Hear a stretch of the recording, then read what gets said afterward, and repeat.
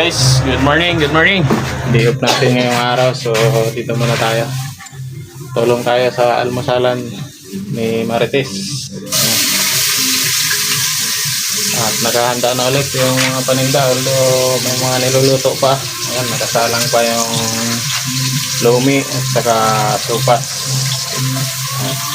Pero yung iba, okay na, prepare na. Ayan. Kape muna tayo habang wala pang mga sugat. Pero hindi pala kape to. Salabat pala, salabat. Pagpa ganda ng boses daw. Ayan. So, ayan. Napagpalang umaga sa ating lahat. At welcome kayo lahat dito sa Marites Almusalan. Ano lang to, bilis-bilisan nyo. Kaya hanggang alas 8 lang. Baka hindi aabutan ng alas 8 to. Kaya mabili itong ano, sikat to dito, dinadayo talaga to. Ayan.